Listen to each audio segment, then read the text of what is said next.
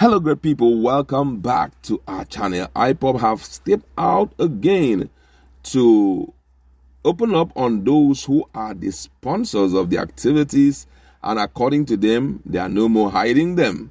And also in another news, the presence of the governor of Imo State in his hometown has raised a lot of concern, and you're going to see the reason why the people are overly concerned about his presence. What just happened for them to be overly, not too comfortable with his presence? We are going to be seeing that in a jiffy. But before we do that, if you're not subscribed to our channel, kindly hit the red subscribe button and also the bell icon so that you can get notification anytime we publish our videos. After many years of inquiry, the indigenous people of Biafra IPOB has finally revealed those that support and finance its activities. In a statement signed by its spokesperson, a more powerful IPOB avers that no single individual can sponsor the organization. The organization, headed by Mazi Nnamdi Kanu, stated in its latest statement titled Abduction of Uche Nwosu, has exposed masterminds of insecurity in Imo State. That Nwosu incident on Sunday has again vindicated the group. This is another vindication that IPOB and Eastern Security Network ESN are not responsible for the numerous attack, abductions, or kidnapping in Imo State, contrary to false accusation and propaganda. But God Almighty, Chukwu Okike Obiama, has exposed them this time around. On sponsorship, the group said that for the untamed times, no single individual can sponsor IPOB. We are a global movement, and millions of our family members, home and abroad, remain the source of our sponsorship. We have never hidden this fact because we are not a secret or a terror organization. IPOB is well grounded, and we don't need any Okorocha, Uche Nwosu, or Hobu Zodima, or any politician for that matter to sponsor us. We have no dealing with corrupt politicians and people with questionable source of wealth. However, on the arrest of the Imo State 2019 governorship candidate of the Action Alliance, AA Uche Nwosu, at St. Peter's Anglican Church on Sunday, the group condemned the incident, saying that it's now transparently obvious to all who the mastermind of the abductions through killings of many traditional rulers and religious leaders, including politicians in Imo State and other parts of Southeast are. It is also now clear who created the UGM to demonize and implicate IPOB and ESN operatives. God Almighty, Chukwu Okike Obiama, who designed this fight for Biafra freedom and independence, has always vindicated us and will continue to vindicate IPOB ESN. Meanwhile, in another development, residents of Omuma Oru, east of Imo State, home of the state governor, Senator Hope Uzodinma, are experiencing presence of security operative in their locality. These may not be unconnected to the presence of the governor, who was at the home for the Christmas celebration on 25th December. Omuma, including other surrounding communities of Awu, Omama, and other in Oru East and West, have been experiencing disturbances associated with the menace of UGM. Apart from the exchange of gunshot with operatives, these have been skirmishes in the area that resulted to loss of lives and properties in the area.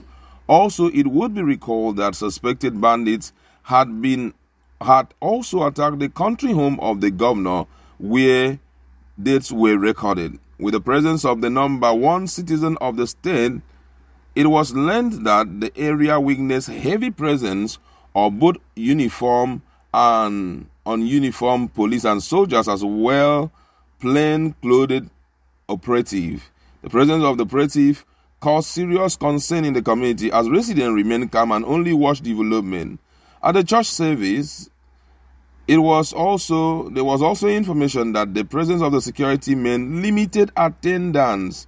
Despite the tense situation, Uzodinma was at home to receive visitors and was reported to have had swell time with his kingmen. And this has triggered a lot of reactions. But first of all, we would like to look at what IPOB have to say about being vindicated over the issues that have been happening. You know, these things have been happening, like Ade and you had rightly say, that if Nwosu's case was not reported the way it was reported, that maybe the whole blame would have gone to IPOB and ESN, that are the ones that are behind, you know, the abduction of Nwosu and all of that. And IPOB have also decided to come out to speak also, you know, to re-emphasize the fact that they are not a terror group. They are only a group of people who are seeking for self-determination due to the ill treatment, the lack of justice that they have, or injustice that they have suffered thus far as being the part of Nigeria, but that they are not involved in anything like, say, you know, having to fight with the people or being, you know, very negative with the people and all of that. And I mean, everything that had happened thus far has proven far beyond human reasoning that these things are actually true. I'm telling you, what happened that day on Sunday was a pointer to the fact that there is no need of people blaming this guy. And just like Imapa will rightly say, it's a way of vindicating them, you know. These things have been happening and people have been wondering who are behind it, to a point that when UGM go out to do whatever they do against the populace, most people believe that it's actually sponsored by IPOB, and that's what, and that most of them are actually members of Eastern Security Network. But one of the things I always like about Imma Powerful is the fact that he will always come out speedily to either confirm or he will, you know, tell the people that what just happened, we have no hand in it, we are not involved in it, and all of that.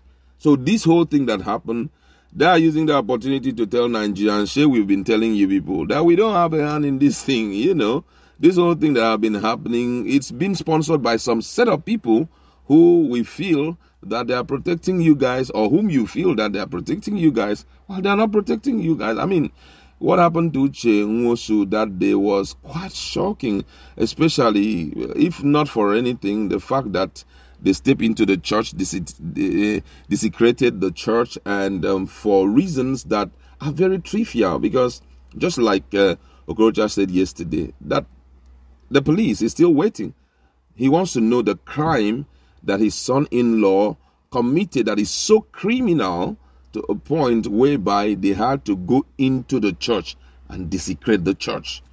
I know this is some of the reasons why I've been telling people that, hey, this issue of community policing or state policing, we have to be careful with it though, because they will be used very well in harming people, innocent people. If you castigate the government, if you tell them this thing you did was not good enough, then be rest assured that these guys are going to come with their faces covered and they will do what you least expected to you. And I also feel that at this point that the IGP, who is very professional, according to Uche Nwosu, the man is overly professional, he should pass out an instruction to all the commissioners of police.